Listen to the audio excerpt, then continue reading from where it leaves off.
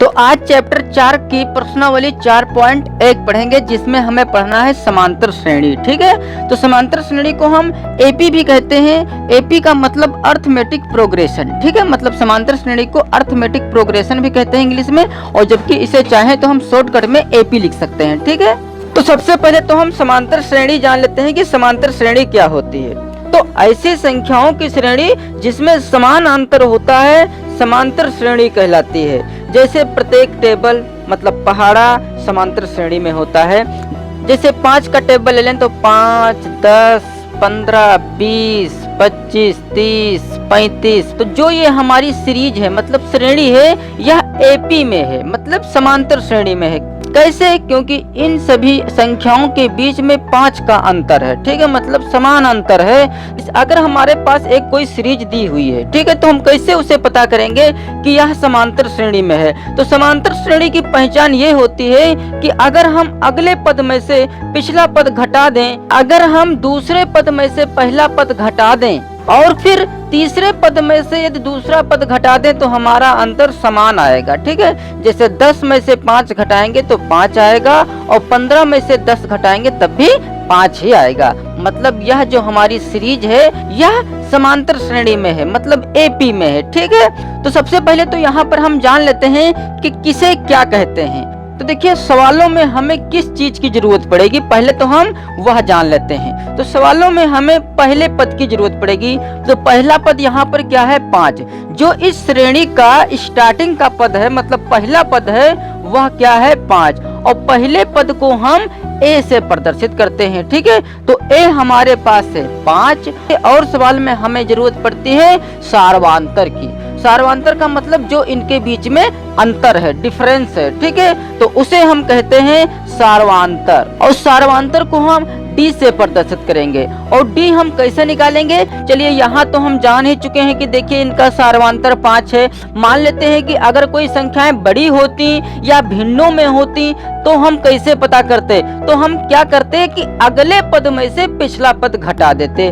ठीक है, यहाँ पर यह कह सकते हैं कि अगर हम दूसरे पद में से पहला पद घटाकर हम सार्वांतर पता कर सकते हैं। ठीक है, या हम तीसरे पद में से दूसरा पद घटाकर भी हम सार्वांतर पता कर सकते हैं, या हम चौथे पद में से तीसरा पद घटाकर सार्वांतर पता कर सकते हैं। मतलब ये है कि हमें अगले में से पिछला पद घटाकर हमें सार्वांतर ज्ञात करना होगा।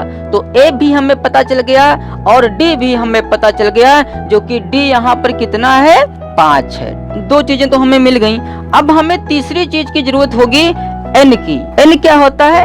एन मतलब पदों की संख्या। देखिए यहाँ पर जैसे ये हमारे पास संख्याएं दी हुई हैं, ठीक है, तो ये संख्याएं हमारे पास कितनी बार दी हुई हैं, यही एन कहलाता है। यह सवालों में ऐसे भी पूछ लिया जाएगा कि एनवां पद ज्ञात कीजिए। ठीक है, या एनवां पद दे रखा होगा और पहला पद दे रखा होगा तो डी पूछ लेगा। ठीक है, मतलब सवालों में हमारे पास ए डी एन में से एक चीज नहीं होगी जो कि हमें उसे ही ज्ञात करना होगा। ठीक है, अब देखिए और भी एक चीज की जरूरत हमें होती है, वो है अंतिम पद। ठीक है, मतलब किसी श्रेणी का जो अंतिम पद है वह क्या है, या अंतिम पद से 5वां पद ज्ञात करने को कहेगा, या अंतिम पद से 8वां पद ज्ञात करने के लिए कहेगा। ठीक है, तो अंतिम पद को हम एल से प्रदर्शित करते हैं। श्रेणी में बस हमारे पास ए डी एन एल, बस इतना पता होना चाहिए कि किसे क्या कहते हैं। अब जैसे हम कहें कि 5, 10, 15, 20, 30, 35, 40, 45, 50, 55, 60, 65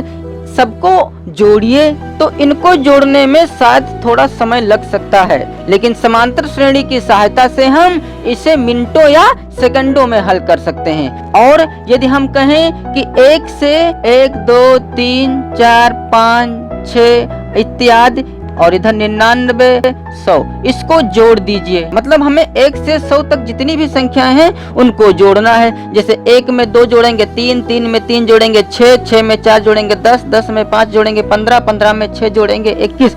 मतलब इस प्रकार से यदि जोड़ेंगे 100 तक हम जाएंगे जोड़ते हुए तो हमें काफी समय लग जाएगा। ठीक है, लेकिन समांतर श्रेणी के सूत्र की सहायता से इसे हम मिनटों या सेकंडों में जोड़ सकते हैं, ठीक है, जो कि हम वह सीखेंगे प्रश्नावली 4.2 में। इसमें हमें सिर्फ इतना ही सीखना है और ये जो हमारे पास जोड़ने वाली चीजें हैं, जिन संख्याओं का हमें योगफल करना है, वह हम प्रश्नावली 4.2 में सीखेंगे। तो पहले जो प्रश्नावली 4.1 में सूत्र यूज होने वाले हैं, पहले तो हम उनको जान लेते हैं, ठीक है। अब यहाँ पर एक चीज जान लीजिए कि जो हमारी समांतर श्रेणी होगी वह इस रूप की होगी, a, a प्लस डी, फिर a प्लस 2d, फिर a प्लस 3d, फिर a प्लस 4d, फिर a प्लस 5d। इस प्रकार से हमारे पास समांतर श्रेणी होगी, ठीक है।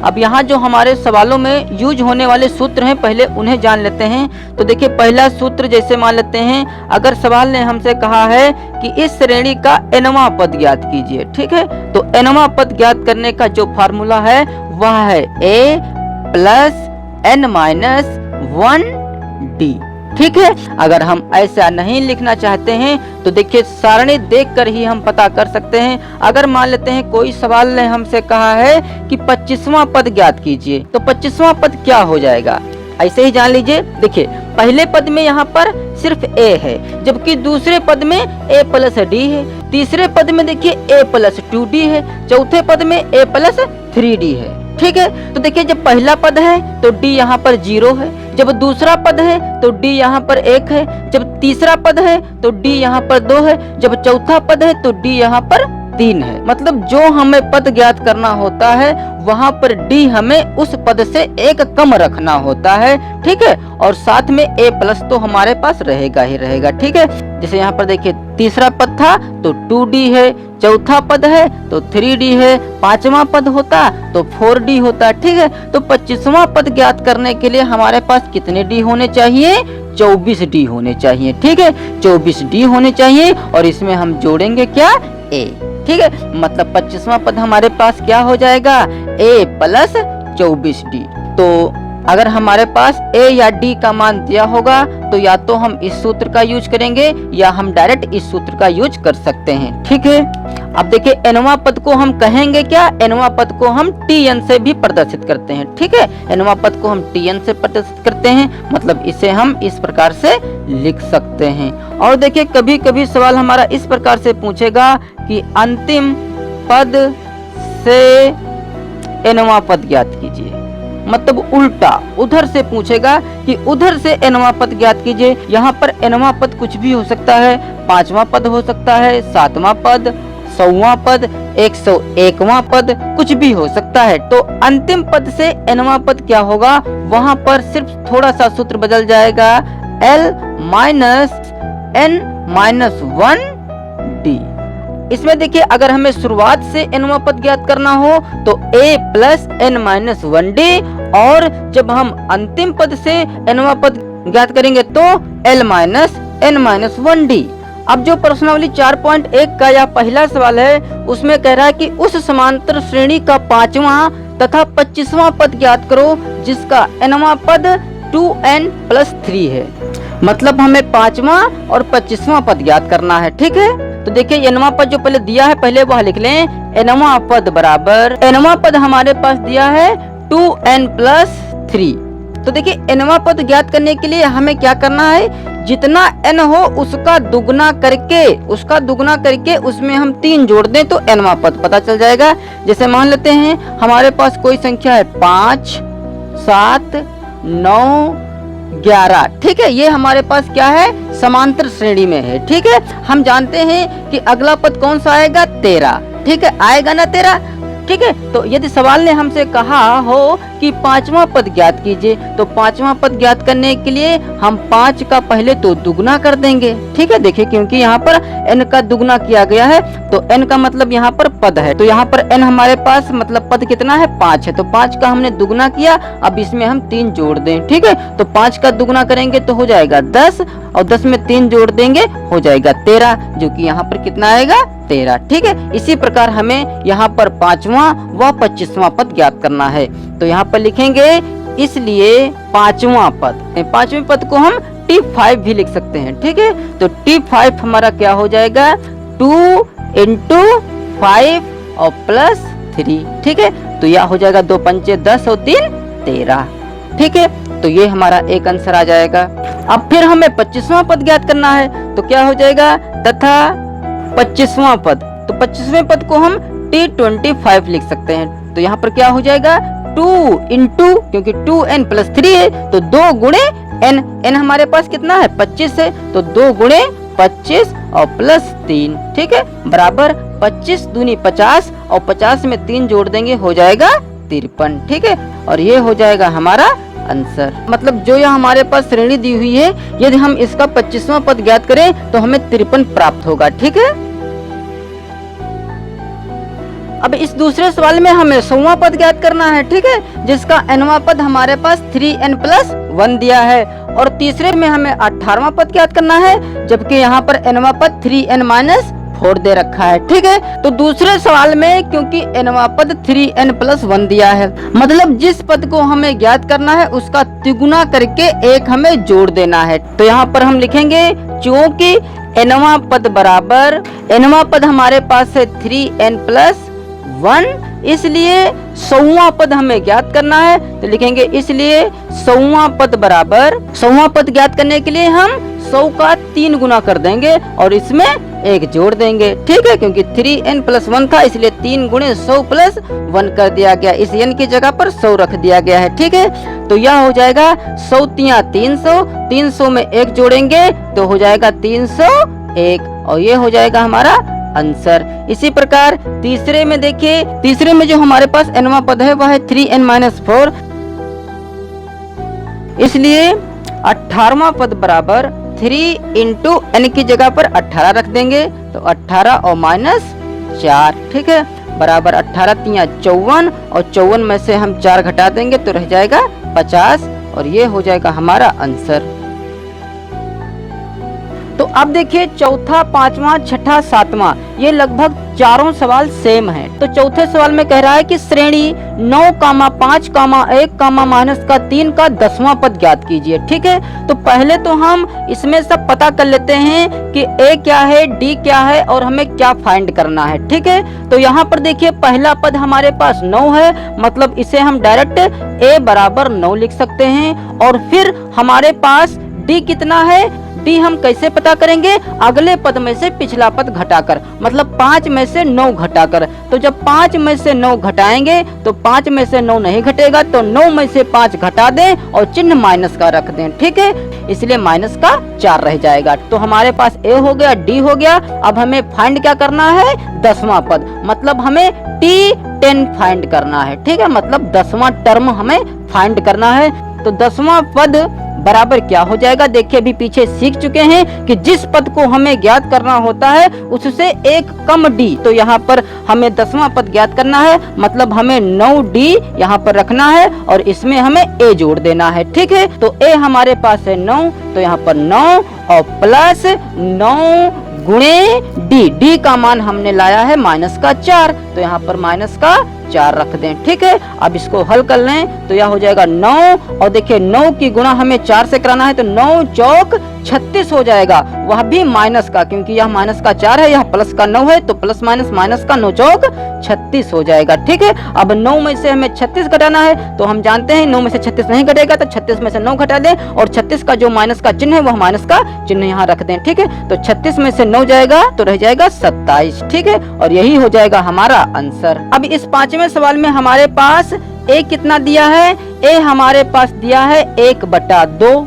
ठीक है, स्टार्टिंग का पद 1/2 है, इसलिए A हमारे पास 1/2 हो गया, और D हम कैसे पता करेंगे, अगले पद में से पिछला पद घटाकर, मतलब 3/4 में से हमें 1/2 घटाना है। ठीक है, तो हम जानते हैं कि यह भिन्नों का घटाना है। ठीक है, तो भिन्नों का घटाना हम कैसे हल करते हैं, पहले हम देखते हैं कि उसके हर बराबर है या नहीं। तो हर तो यहाँ बराबर नहीं है, यहाँ 4 है, यहाँ 2 है, तो पहले तो हम 4 और 2 का एलसीएम निकालेंगे, तो 4 और 2 का एलसीएम हो जाएगा 4, तो यहाँ पर लिखेंगे 4। तो यहाँ पर देखिए इस पद में जो हमारे पास हर है वह 4 है, और यहाँ पर भी 4 है, मतलब इसका डायरेक्ट हम यहाँ पर अंश रख देंगे। 3 है तो यहाँ पर 3 रख दिया गया, फिर माइनस है तो माइनस। अब यहाँ पर देखिए 2 है हमारे पास और लाना हमें 4 है, तो 2 में कितने से गुणा करा दें जो 4 हो जाए, 2 से गुणा कराएंगे, क्योंकि 2 दूनी 4, तो जो भागफल 2 आया है उसी 2 की गुणा हम इस 1 में करा देंगे, तो 2 अब कम हो जाएगा 2। ठीक है, तो 3 में से जब 2 घटाएंगे तो रह जाएगा 1, मतलब जो हमारा डी आएगा वह आएगा 1 और बटे में यहाँ पर 4 है, मतलब डी का मान आ गया 1/4।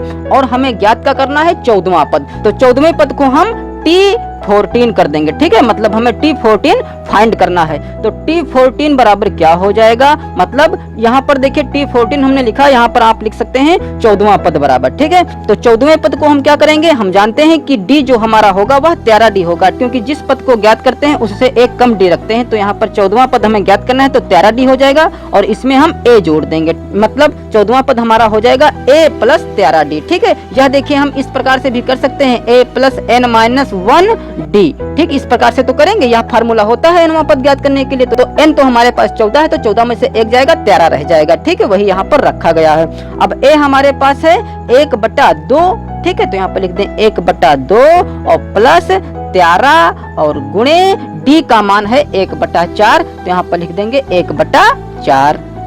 अब जब हम इसे हल करेंगे तो यह हो जाएगा T14 बराबर देखिए 1/2 और प्लस 13 गुणे 1/4, मतलब 13 कम 13/4, तो यहाँ पर लिखते हैं 13/4, ठीक है। अब देखिए फिर यहाँ भिन्नों का जोड़ हो गया, तो भिन्नों का जोड़ कैसे होता है, पहले तो हम हर बराबर करेंगे, तो हर यहाँ पर बराबर नहीं है, इसलिए 2 और 4 का एलसीएम हमारा हो जाएगा 4, तो 4 नीचे लिख देंगे, 2 दूनी 4, 2 आया तो 2 कम 2 और प्लस यहाँ पर 4 ऑलरेडी है, तो 4 कम 4 तो 13 कम 13, तो 13 में 2 जोड़ेंगे तो यह हो जाएगा 15, मतलब यह आ जाएगा 15/4। यहाँ पर एक चीज ध्यान हमें रखना होगा कि यदि अंश हमारा हर से बड़ा है तो उसे हम इस प्रकार से करेंगे, 4 से हम भाग कराएंगे 15 में, तो जब 4 से 15 में भाग कराएंगे तो यह हो जाएगा 4 तिया 12, ठीक है, और बचेगा कितना 3। तो जो भागफल आता है उसे हम सही में रखते हैं, ठीक है, मतलब इधर रखेंगे, और जो शेष हमारा बचता है उसे अंश में रखते हैं, और जिससे हम भाग कराते हैं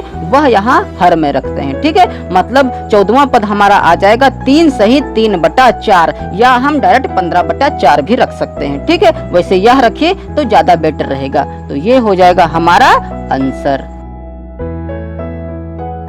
अब इस 6वें सवाल में देखिए, 6वें सवाल में हमारे पास जो a है वह है 7 सही 3/4, तो यहाँ पर लिखेंगे a बराबर 7 सही 3/4। यहाँ पर जो दिया है 7 सही 3/4, पहले तो हम इसे भिन्न का रूप दे दें, ठीक है, तो भिन्न का रूप देने के लिए हम इस 7 में 4 की गुणा कराएंगे और यह 3 जोड़ देंगे, ठीक है, मतलब 7 चक्कू 28 और 3 31, यह हो जाएगा 31/4, ठीक है। तो a का मान आ गया 31/4। अब हम d का मान पता कर लें, तो d बराबर अगला पद में से पिछला पद घटाएंगे, ठीक है, तो अगला पद यहाँ पर है हमारे पास 9 सही 1/2 माइनस 7 सही 3/4, तो 7 सही 3/4 यहाँ पर माइनस कर देंगे, ठीक है। अब इसको हल करेंगे तब क्या हमारे पास प्राप्त होगा, तो देखिए अब इसको भी हम भिन्न बना लें, तो 9 दूनी 18, 18 में 1 जोड़ देंगे हो जाएगा 19, तो 19 बटा हो जाएगा 2,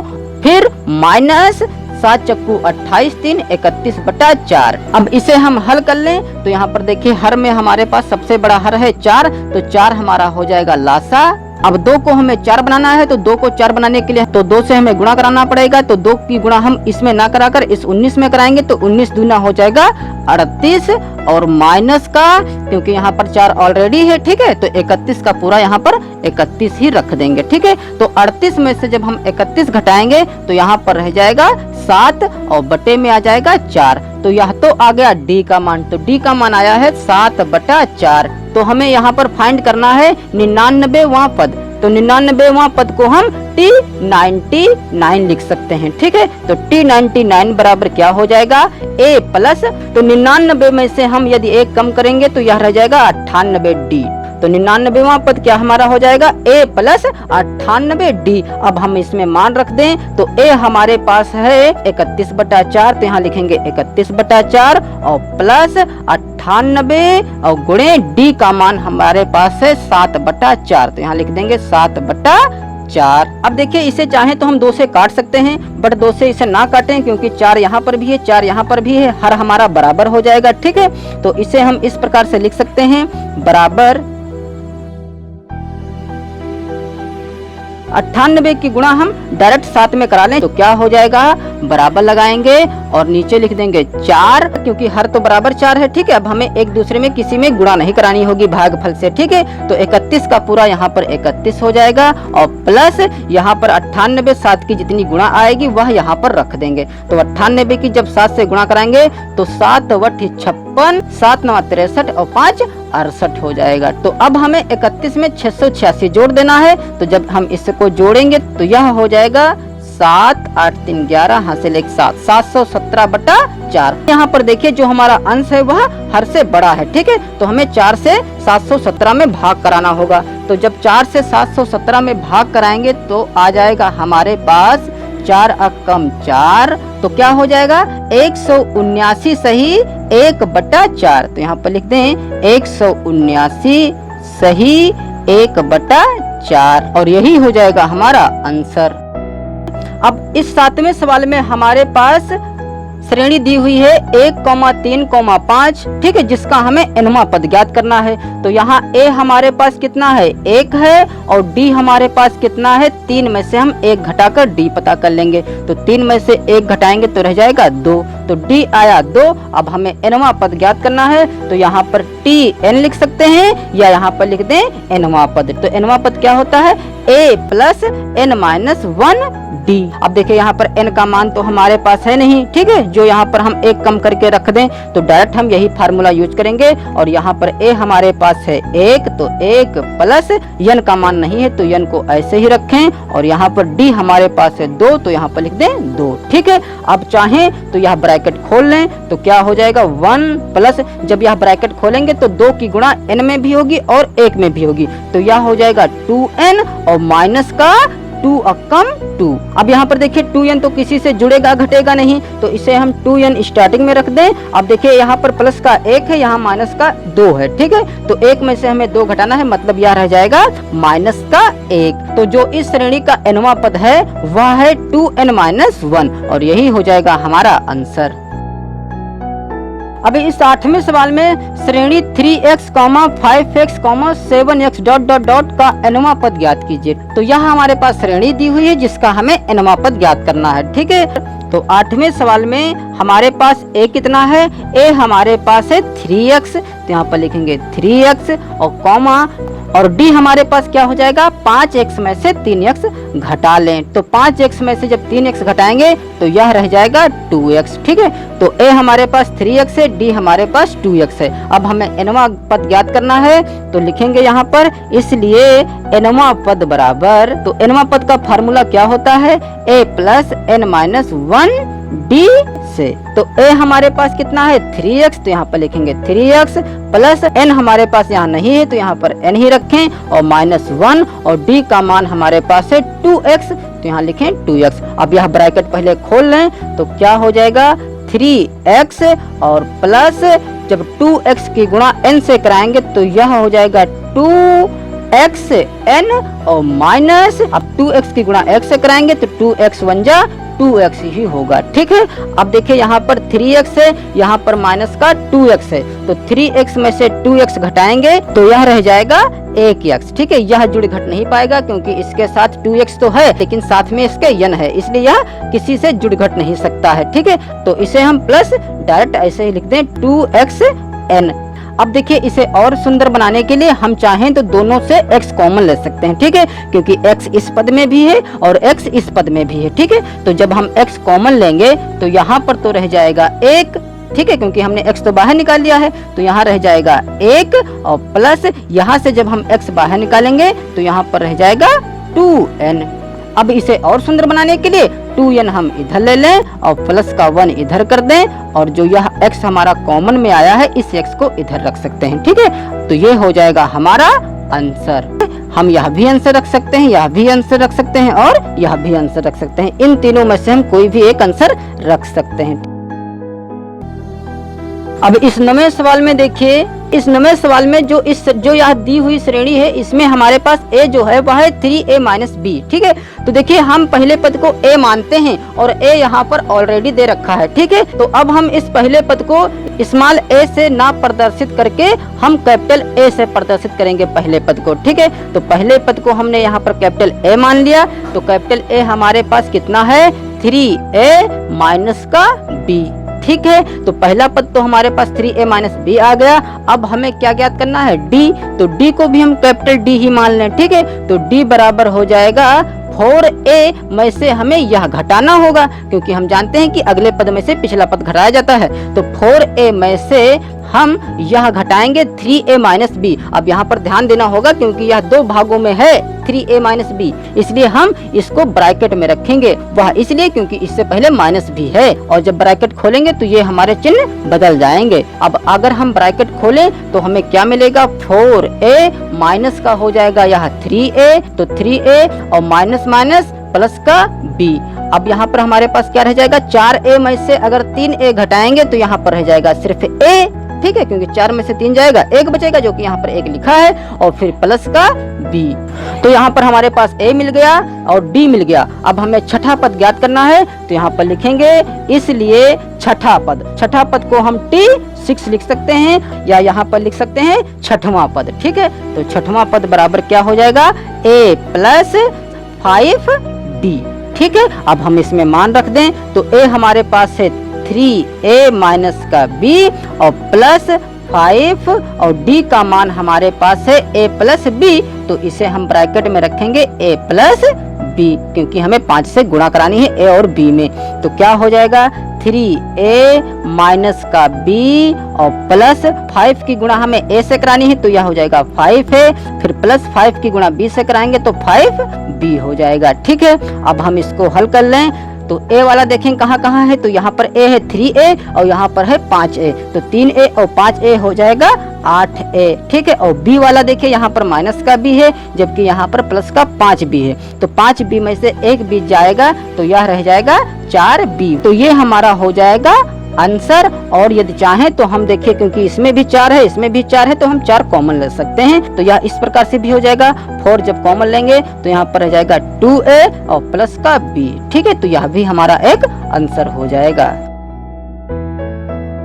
अब इस 10वें सवाल में देखिए, कह रहा है किसी समांतर श्रेणी का प्रथम पद 2 है और 5वां पद 7 है, श्रेणी ज्ञात करो। पेपर में ज्यादातर सवाल हमारे इसी टाइप के आते हैं। तो यहाँ पर देखिए किसी समांतर श्रेणी का प्रथम पद दे रखा है 2, तो हम जानते हैं कि प्रथम पद को हम a से प्रदर्शित करते हैं, तो a यहाँ पर हमारे पास दिया है 2। ठीक है, और कह रहा है कि 5वां पद 7 है, और 5वां पद हमारे पास 7 है, तो यहाँ पर लिखें 5वां पद हमारे पास है 7, तो यहाँ पर लिखेंगे 7। ठीक है, अब देखिए 5वें पद को हम क्या लिख सकते हैं, हम जानते हैं कि 5वें पद को a + 4d लिख सकते हैं ना, क्योंकि 5वां पद है इसलिए d हमारा 1 कम हो जाएगा, मतलब यह हो जाएगा 4d बराबर 7 दे रखा है। ठीक है, अब देखिए a का मान हमारे पास दिया है 2, तो क्या हम इस a की जगह 2 नहीं लिख सकते हैं, तो यहाँ पर हम a की जगह पर 2 लिख दें और प्लस का 4d बराबर का 7। अब देखिए क्योंकि हमें श्रेणी ज्ञात करना है, ठीक है, और श्रेणी ज्ञात करने के लिए हमारे पास a और d होना जरूरी है, क्योंकि समांतर श्रेणी हमारी क्या होती है a और a + d और a + 2d होती है। ठीक है, अगर हमारे पास a और d का मान पता चल जाए तो हम इसमें ये मान रखकर हम श्रेणी पता कर लेंगे। ठीक है, तो a तो हमारे पास 2 है, अब हमें d ज्ञात करना है, तो d ज्ञात करने के लिए ये सारी चीजें धीरे धीरे करके उठाकर हम बराबर के इस साइड में भेज देंगे। ठीक है, तो पहले तो हम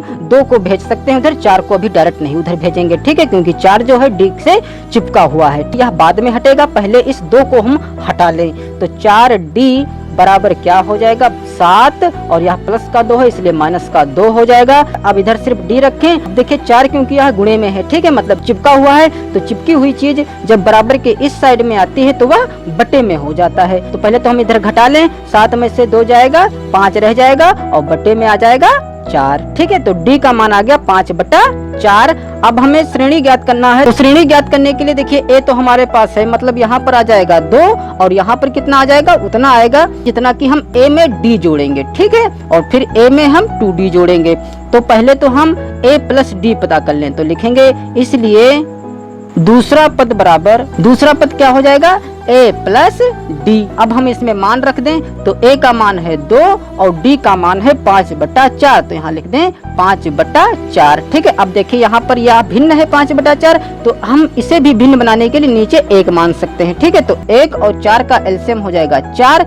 तो अब हमें इस 1 को भी 4 बनाना होगा, तो 4 बनाने के लिए हमें 4 से गुणा कराना पड़ेगा, क्योंकि 4 × 4, तो उसी 4 की गुणा हम इस 2 में कराएंगे, तो यह हो जाएगा 4 दूनी 8। ठीक है, तो 8 और प्लस में यहाँ पर रख देंगे 5, तो यह हो जाएगा 8 × 5 = 13, मतलब 13/4 हो जाएगा। तो यहाँ लिख दें 13/4। अब हम तीसरा पद ज्ञात कर लें तथा, तो तीसरा पद हमारे पास होता है a + 2d, तो यहाँ पर लिखें a + 2d।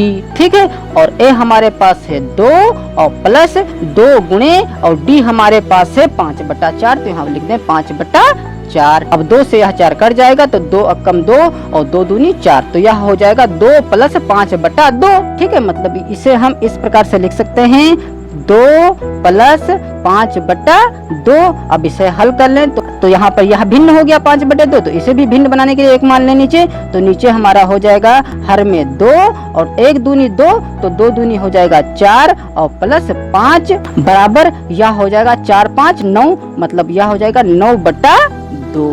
ठीक है, देखिए समांतर श्रेणी ज्ञात करने के लिए हमारे पास 3 पद काफी होते हैं, तो यह पहला पद, दूसरा पद, तीसरा पद निकाल लिए हैं, बहुत हैं इतने।